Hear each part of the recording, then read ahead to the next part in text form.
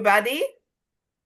Um, I'm Dr. Rit Van Heim. I'm the Chief Technology Officer and co-founder of ToyFX. I'm really delighted to have Rem Jackson today here presenting. I met Rem a few times, I think, at the AAPPM, but this year we attended the Top Practices conference and Um, I was astonished but how well it was organized and such a great conference. And I couldn't be happier that Rem agreed to speak today. So Rem, without further ado, the floor is yours. And I guess you Well, can um, introduce yourself if you want. I'd be happy to do that. Hi, everybody. So I'm Rem Jackson, and I'm the founder and CEO of Top Practices. I want to say a shout out to everybody on this call that whose names I recognize. Some of you I haven't spoken to in quite a long time, so consider this an invitation. REM at toppractices.com. Let's talk. I'd like to hear how all of you are doing. And so I had a delightful experience having to read and TOFX be a sponsor at the summit this year. And after the summit was over, she had asked me if I wanted to join and do a webinar. And I've seen that you have a series of these, and I was more than happy to do it. And I was uh, kind of interested and excited about this topic too. And so and I want to warn the Top Practices members that are on this call, you will recognize many of these things because this is what I talk about all the time. But the plan today is to really talk about um, the next 5 years in practice and all the things that are happening. It's we're living through uh, a time of rapidly accelerating change. And so the title of this is the Podiatrist 5-Year Blueprint for Cash Flow and Clinical Dominance, How to Stop Worrying About the Future. And yes, you're going to worry about the future. It's a natural human condition, but it is something we all have to work very hard against because worry is like an illness. It's like a disease. And it's utterly useless if you've ever noticed most of the things you worry about are never going to happen. Like, for instance, I mean, this could happen, right? This is something that any day they could miss one and it comes and, and we're all wiped out. And there's all kinds of things that we can worry about. AI could end up killing us all and not be our buddy. Though I'm betting on it being our friend.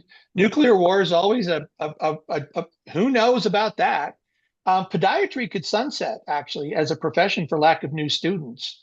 Private equity and big medicine could end private practice. Aliens could invade. Why haven't they yet? No one knows. And the zombie apocalypse, I mean, just watch every television show. This is likely. But the only one on here that I actually worry about is the lack of students. And I think there's a call, I think, to all of you to go to your local high schools, work with your colleges, get interested young people to come and spend a summer or shadow some time with you and help and think about how you learned about and were brought into the profession. That one is it's not going to affect us for a decade, but it could, if we don't really improve all of that, that could be a thing. I never worry about private equity and big medicine because the more they do, the better it is for those of you that want to be in private practice. And that's obviously who we're talking to today. So what I have to say is, and by the way, Doug, there you are, buddy, that most of the podiatrists that I know are having fun. Most of the podiatrists that I know are looking forward in a very positive way about the future. And those of us that are working together inside Top Practices are focused on how we can, be successful, do well in spite of the circumstances that we find ourselves in, both nationally, economically, certainly with the status of medicine. But we're going to be spending time thinking about how you can really look forward and think it's great.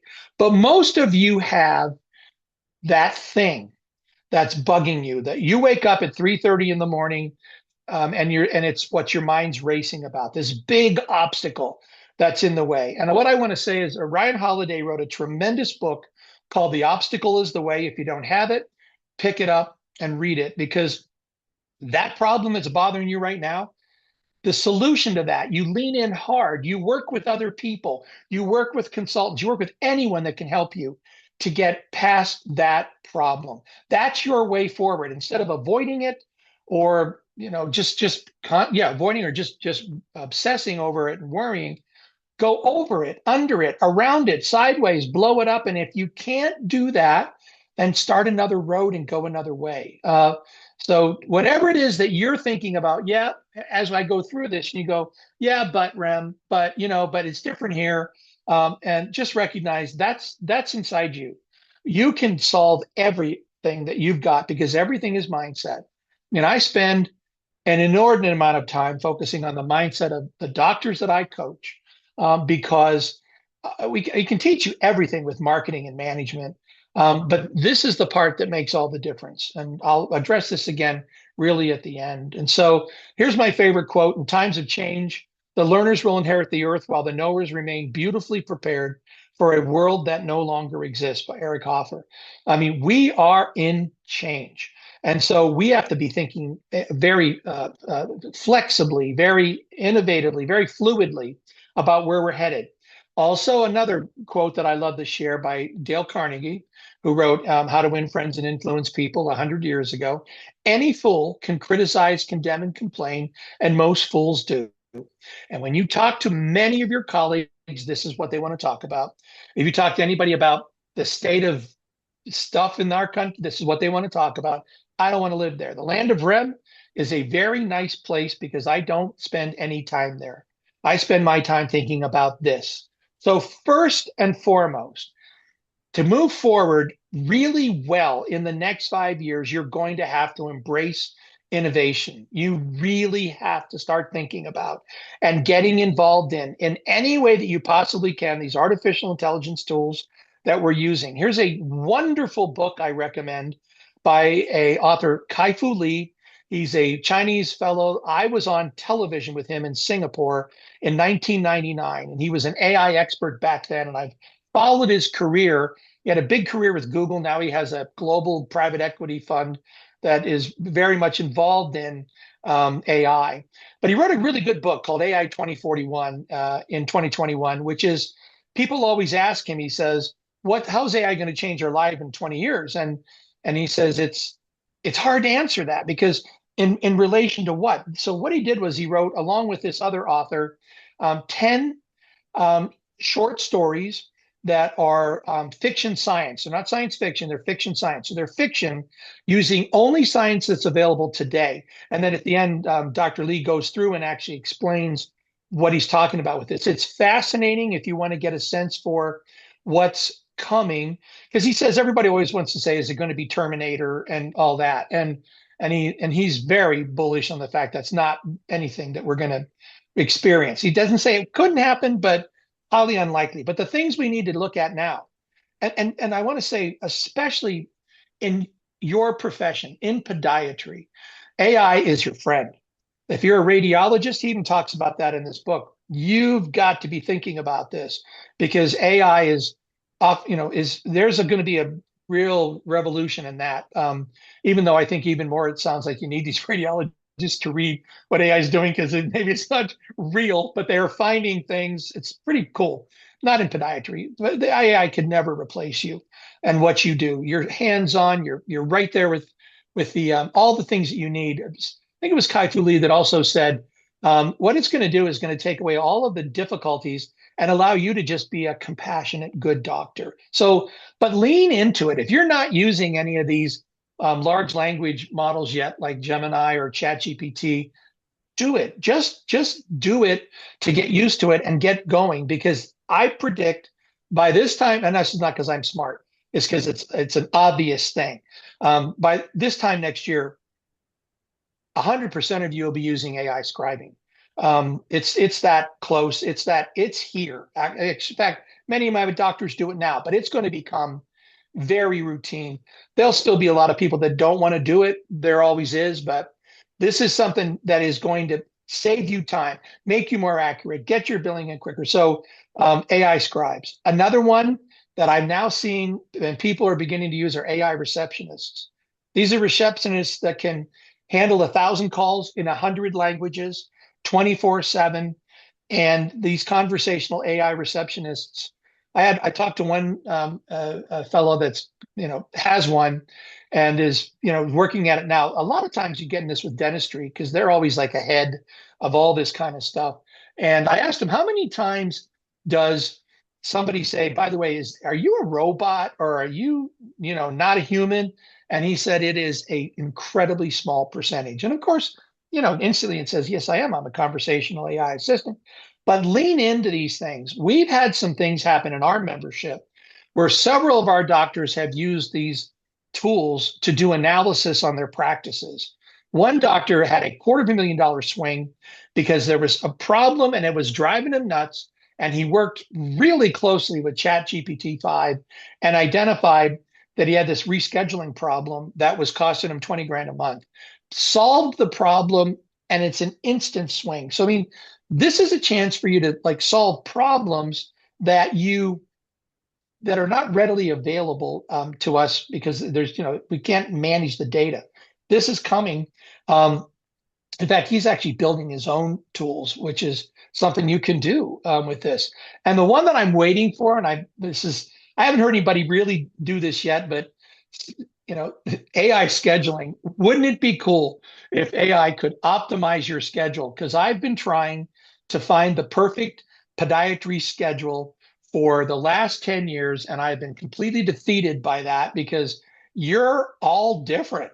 You all practice differently, and what works for one doesn't work for the other. But what if you could really analyze you and what's your new patient numbers? What do you need for everything, and what don't you want to do? What do you want to do?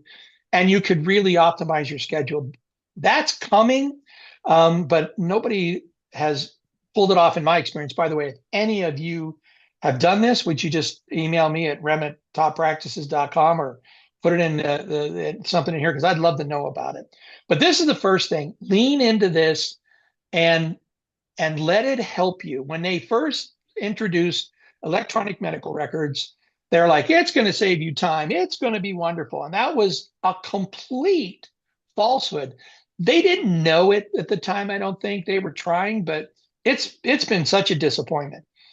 This is going to fix that and give you back your nights and your weekends and make you be a lot more successful. Secondly, when you look at marketing just online, like SEO, search engine optimization, that's a $75 billion industry, and it has been turned upside down because of these generative tools, which, for instance, I mean, the number one is Gemini, right, for Google. When you get 70% of the people that search now, think about yourself, you get that AI overview, and it's the answer. It's what you wanted. And it'll give you enough information. You don't even bother scrolling down to go to a website. You just pretty much get what you want out of that. It's about 70% of us. But what's interesting about that is that if you read that, like you want to make sure that if somebody says, what's the best podiatrist in my area?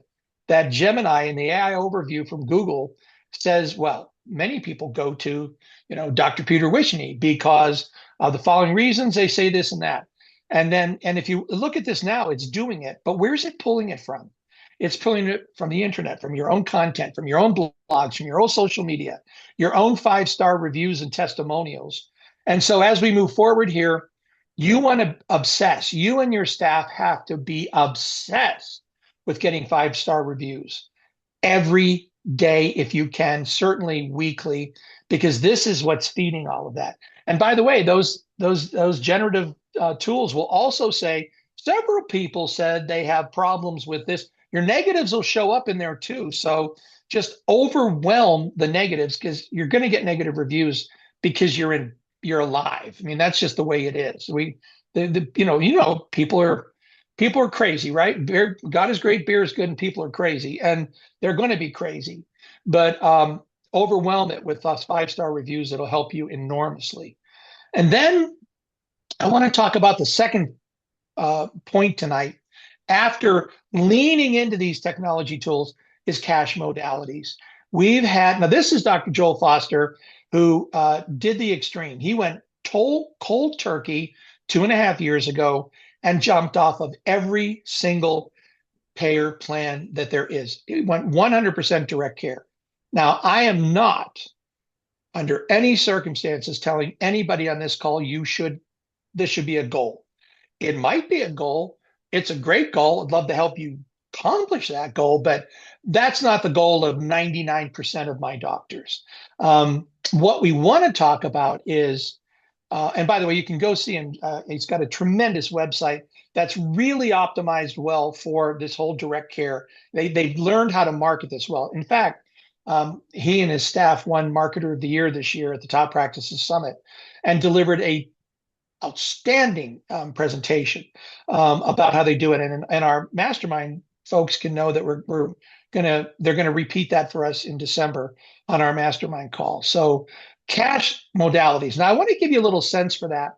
And I'm gonna show you some things, and I want to ask Irit to jump in because she's right in the middle of this with her with ToeFX and what she's doing. Now this is a slice of a report that I work with my doctors.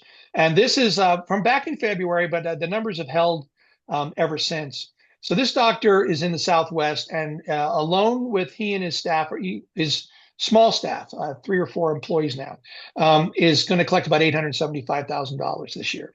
But in the month of February, 60%, if you'll notice up here, he collected 75,000 in the month of February. And this is how it broke down from cash. 12,000 was functional foot orthotics. 12,500 was the lunula laser.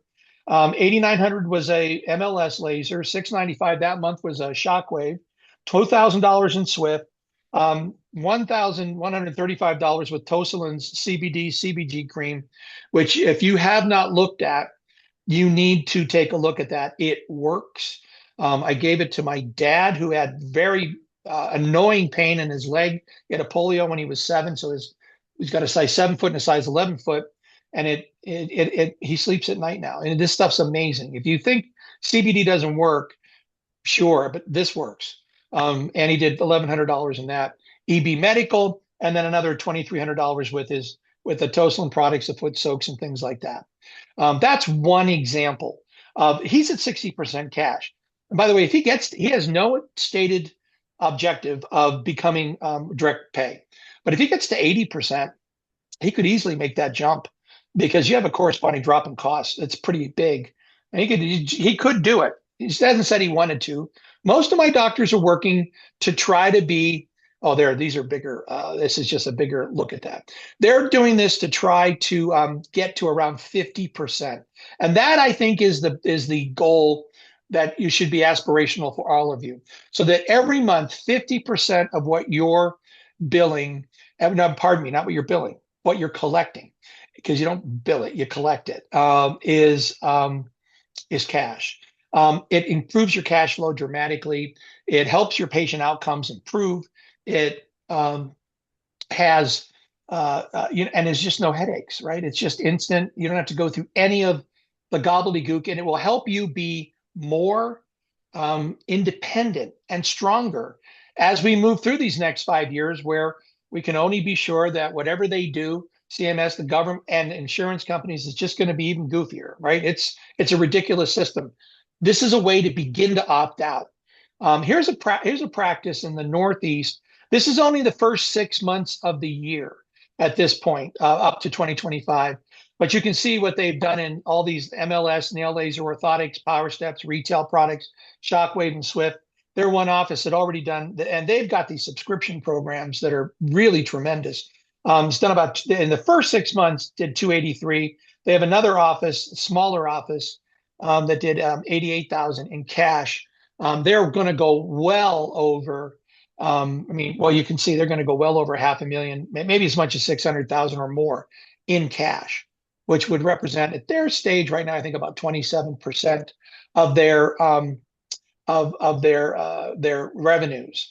And so, Reed, this is where I want to get a chance to let you jump in because, I don't have data on ToeFX. I've got doctors that have purchased it now and are using it, but I don't have any data yet. But I know you do have some, so I'm going to have you jump in before I move on. Sure. Okay.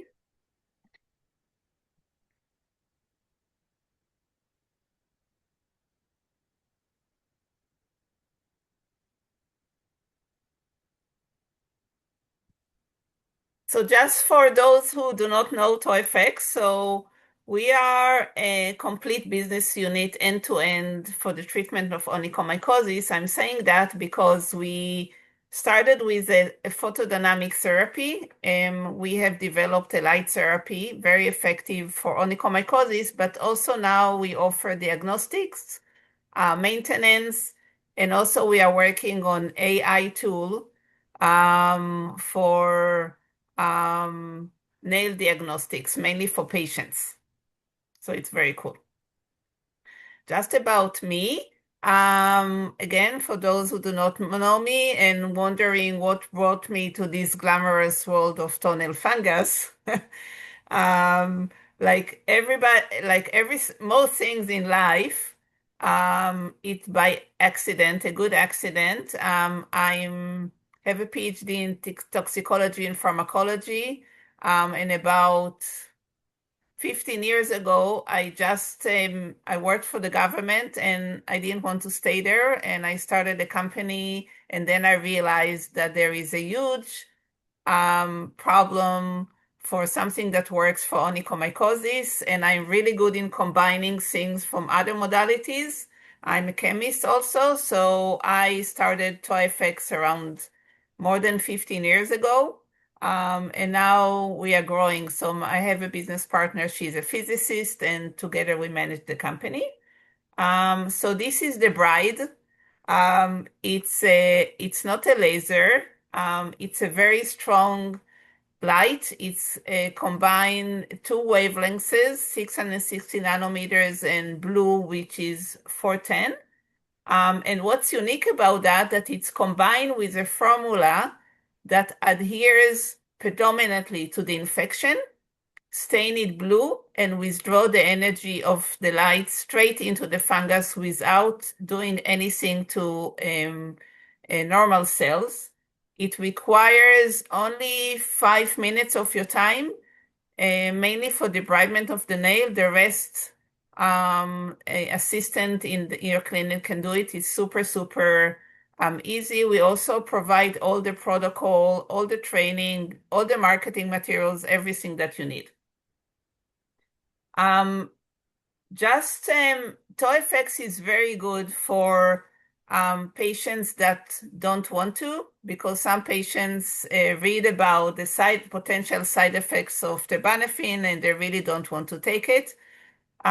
So for patients who want or can't take oral medication, because terbinafine works, but TOEFX is a very good alternative for that. It's safe and very, very effective. Why it's so effective and why it's so good? Because it's non-toxic and safe. It has no pharmaceutical ingredients and may be combined with topicals or orals for those who want to combine it. We just got accepted to the Journal of the APMA 2 months ago. It's going to be published in a March journal. I don't know, issue. I don't know why it's taking them so long, but it will be there. I can gladly send you a copy. So we looked at 165 toenails, 101 patients, in which 92% of them were severe cases, as opposed to other clinical studies. Normally, they recruit mild to moderate cases. We looked at severe cases. The efficacy was 73%, which is really good.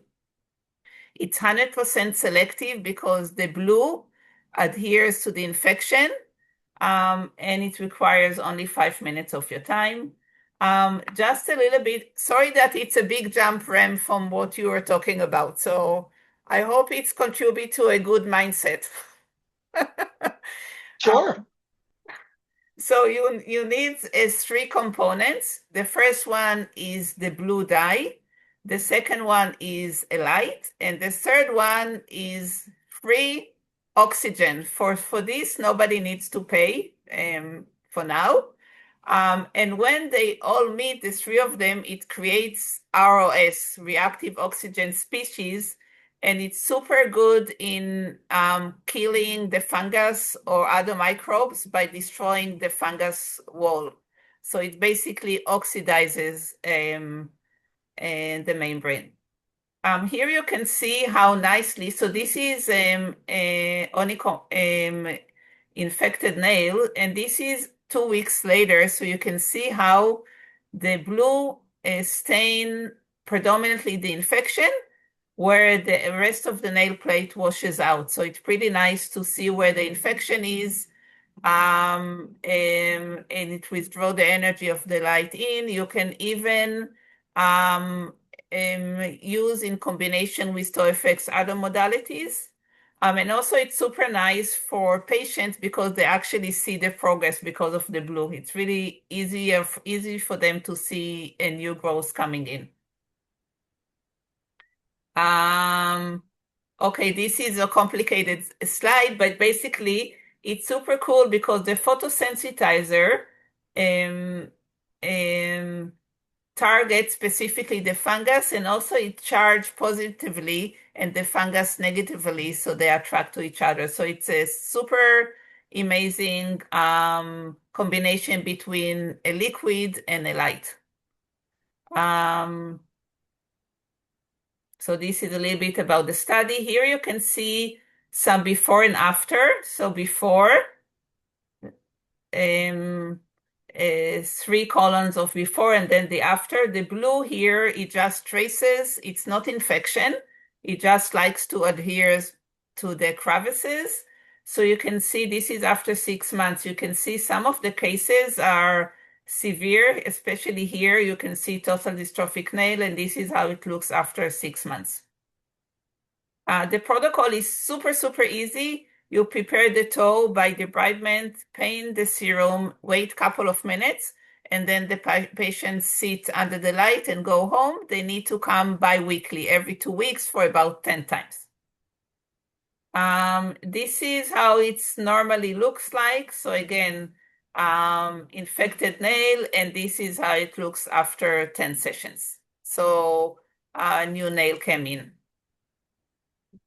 I just wanted to touch upon the cash. So all of the clinicians that have TOFX are using is as they buy it, because it's working really well. We have science to back up what we are saying. It's easy to use, but also it has a really good potential to create nice income. And this is one exercise that we did with one of our clinics. So an average charge that you can charge for a patient is $150 per session, between 150 to 200. You see a patient twice a month. If you had 20 patients a month and growing, so potentially you can make a revenue of $160,000. So it's pretty good. And it's really good return on investment. If you want some information about, actually, we're going to send you some information about the system. And here is my contact information. This is my cell phone number. Feel free to text, and my email address. So back to you, Rem. Okay, great. Thank you. And so that fits right into these lines of these revenue lines that I was referring to right here. And so just, add that modality in there. The more of this you can do, the more you're going to be future proofed against anything really that comes your way or is thrown our direction. So it's just nice to be in charge of all of your cash. The third thing I want to focus on is we all need to get good at hiring, managing, and leading people. You need to become great and spend time with being great at recruiting, interviewing, training, onboarding, and retraining your staff, because you're going to be doing it all the time. That is the nature of the labor market. None of us can get out of it. So why don't we just make it something that we're just very good at? Okay, so this is an interesting slide that really struck me, and I want to share it with you. This is the state of the global workforce today. 2025 over here. 12% of the workforce are baby boomers, age 1946 through 64. So it's ages 61 to 79.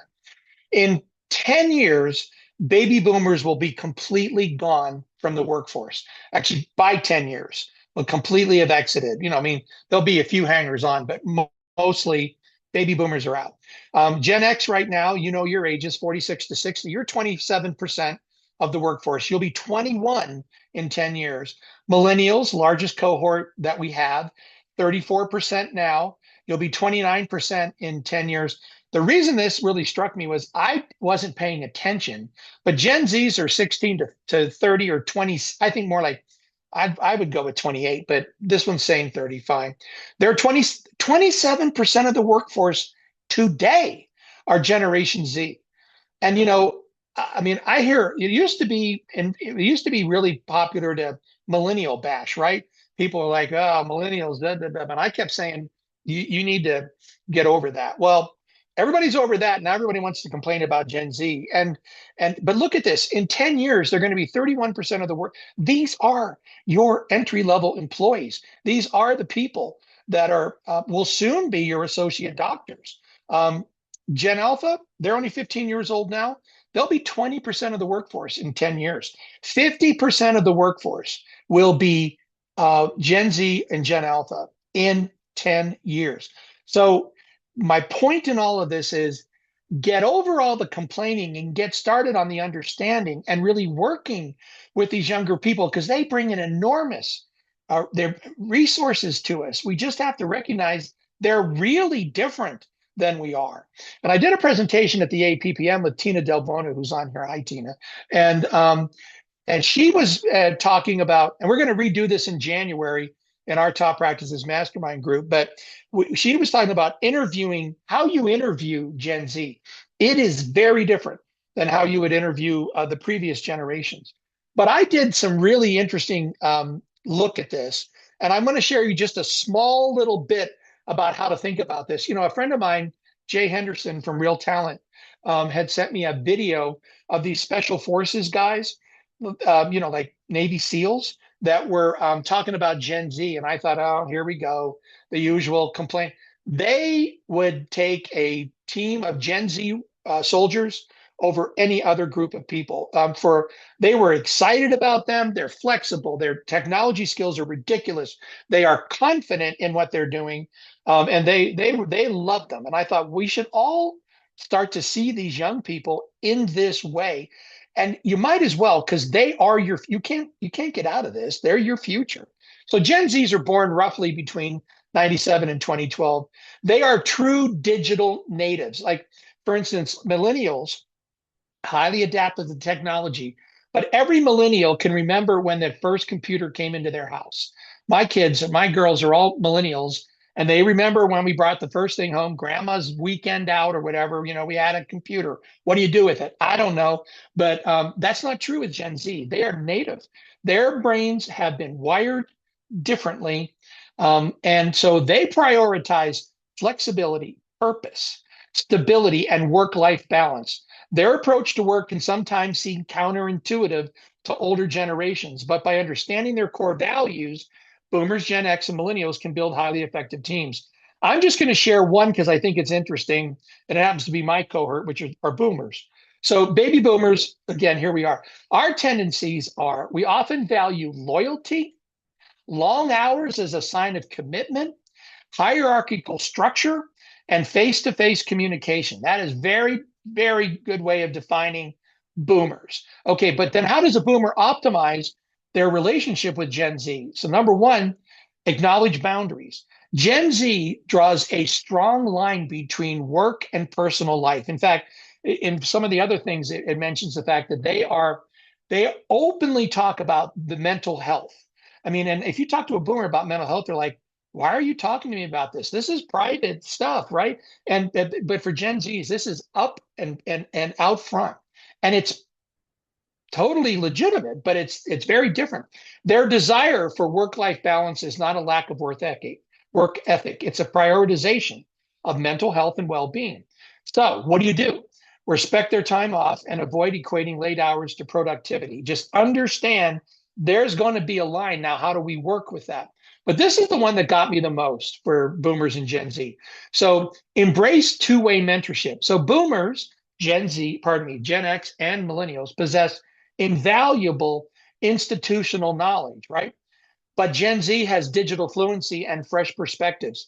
So this is the one that made so much sense to me. Offer your wisdom, but be open to them reverse mentoring you on new technology or digital communication skills. And think about this, everybody. With these younger people, they just, in the middle of whatever, start reverse mentoring you and telling you, well, you don't know about this, you don't know about that. And to my generation, and I think most of the others, we see that as rude.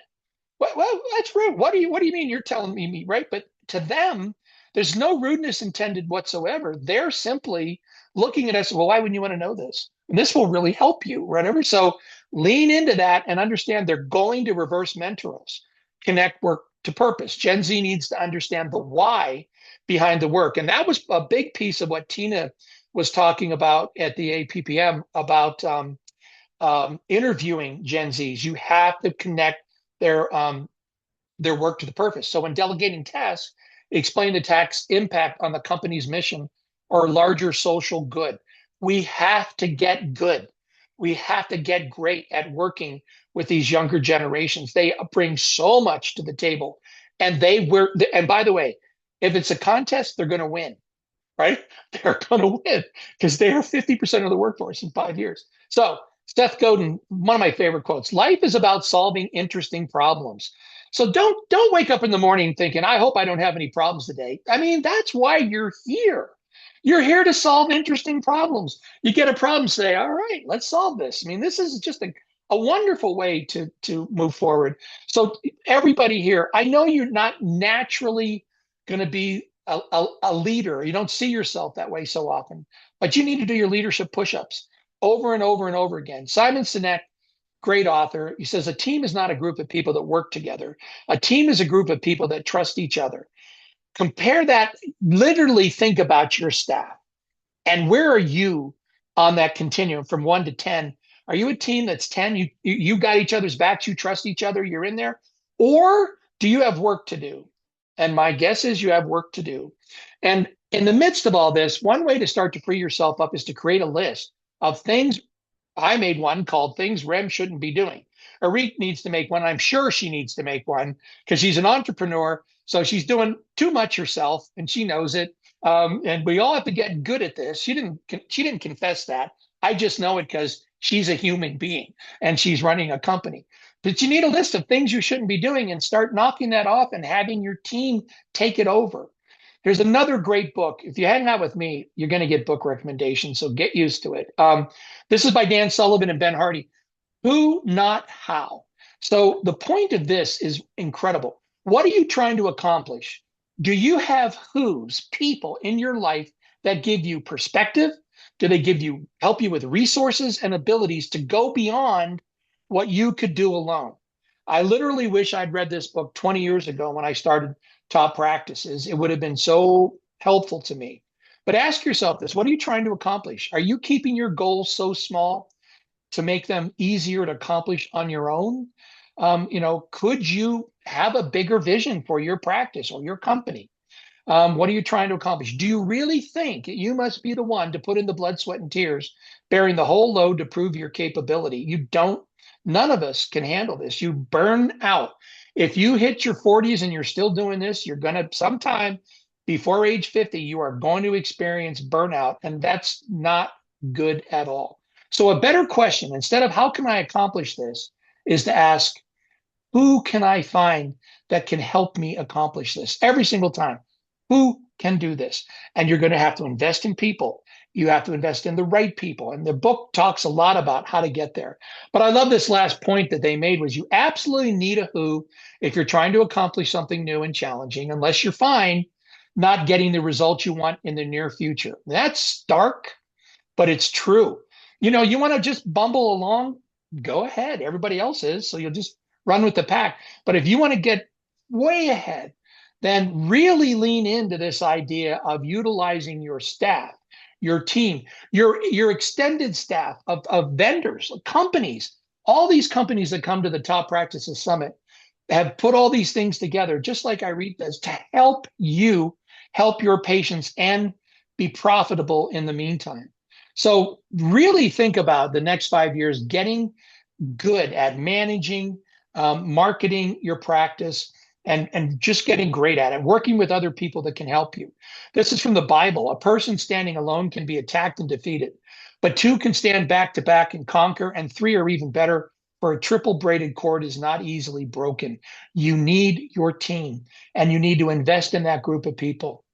And then you got to be great at marketing. I mean, really great at marketing. Um, Marketing is about building trust at scale and doing it profitably.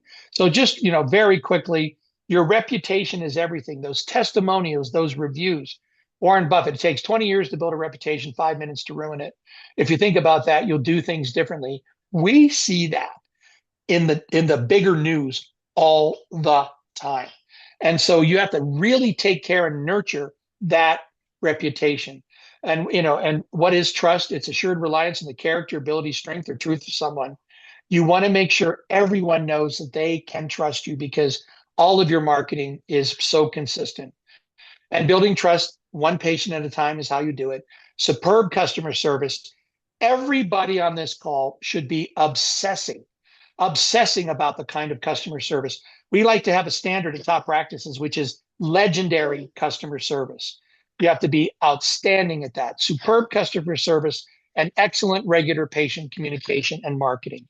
And again, that's something that we literally obsess about all the time. So patients can only come to you from one of four places. They come to you from the internet, from referral sources, from your list, and the community. And so the way we market in Top Practices is, we've called it the 4 pillars of marketing since 2008. You market online, you market to referral sources in your community around you geographically, internal, which I just talked about, obsessing about customer service, emailing your patients every week with interesting information, and then external marketing, things you can do in the community, which I'm really not going to get into too much now. But the great Napoleon Hill said, whatever the mind can conceive and believe, the mind can achieve. So conceive's not hard. I mean, I can show you all the tools, all the protocols, everything you need. Achieving it's if you just be here 1 year from now doing everything you should do, you will be successful. But the believe part, that's the part that has to come from you. And that's all about mindset. So a few resources, if you're interested, you can come to Top Practices and click on and look at our Top Practices Mastermind group. I can be happy to talk to you about that. There's easy information about how to connect with me. There's 3 books that you can pick up on Amazon for embarrassingly low amounts of money. One is my book, Podiatry Prosperity.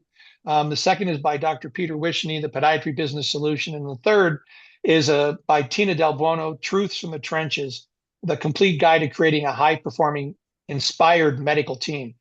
So I mean, both of their books are reference tools you've got to have if you're a podiatrist or a podiatry business owner. And I think my book's pretty good too. And there's by the way, this is just for your edification. I did a podcast. It's not about podiatry, managing, marketing. It's about prosperity. And if you go wherever you get your podcast, just go there, type in my name or the name of it. And there's 2 seasons, and there are many leading lights inside podiatry, and you'll hear them from a very different perspective. It's been a wonderful thing to do. You can also come to Top Practices on the homepage, or if you're fast enough to get your QR code right now, you can do it. But it's a course you can have. It's free, no obligations at all. Just sign up for it, and we'll send it to you on skip the burnout and stress and run a highly profitable practice. This would kind of be a jump start for that. And then just so you know, in March, here in Las Vegas, 2 miles from my house at the Red Rock Casino, I'm having a small meeting. I've been doing now for about 7 or 8 years, and it's fills up very quickly. It's a Saturday and a Sunday, and it's transformational, literally that. Go find out more about it if you're interested in that. So I just want to say, Ari, thank you so much for the invitation and to spend this time with you. I'm delighted to do it, and just more than happy to be here with everybody. I don't know if there were questions or anybody wants to, but I'm turning it all back over to you.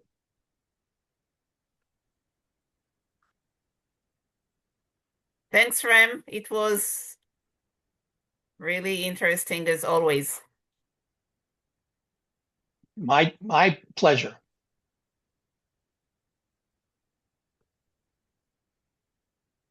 I also learned mindfulness or mindset the last few years. It's super important.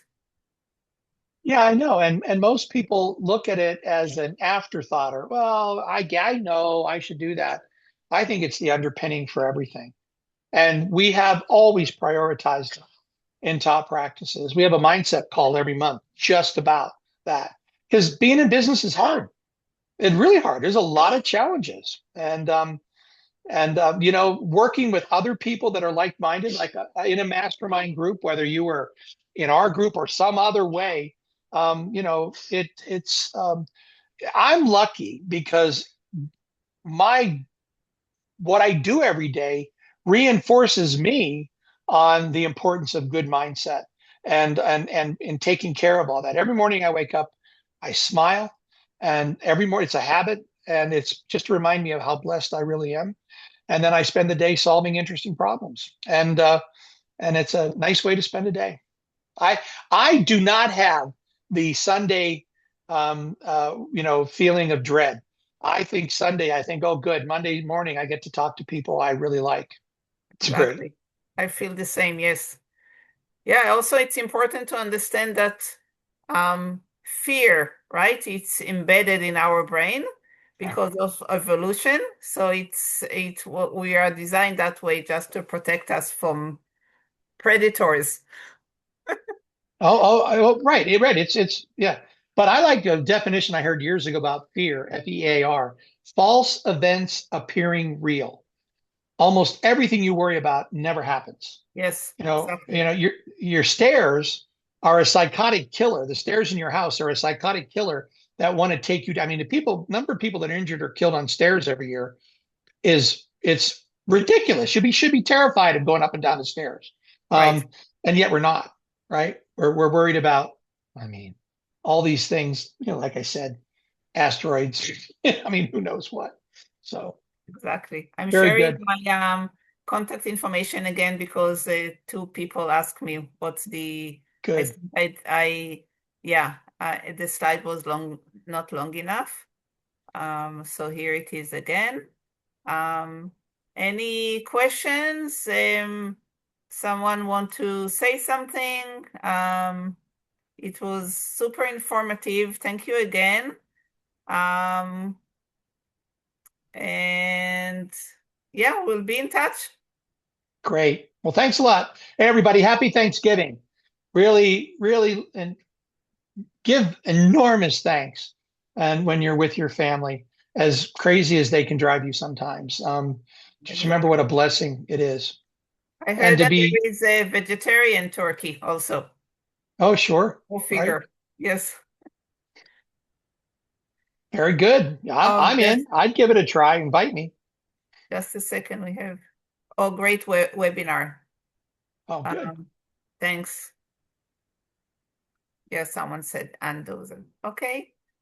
Thanks, Ann. Happy Thanksgiving, everybody. We had ours last month. Oh, that's right. Oh, that's right. That's true. Exactly. Well, yeah. So you do it again. What the heck? All right. So Exactly. because there won't be anybody, it won't be anybody to talk to in the U.S. on Thursday and Friday. So you Exactly. might as well, Yes. take the time off. All right. Thank you. Thanks so much. Thank you. Good night.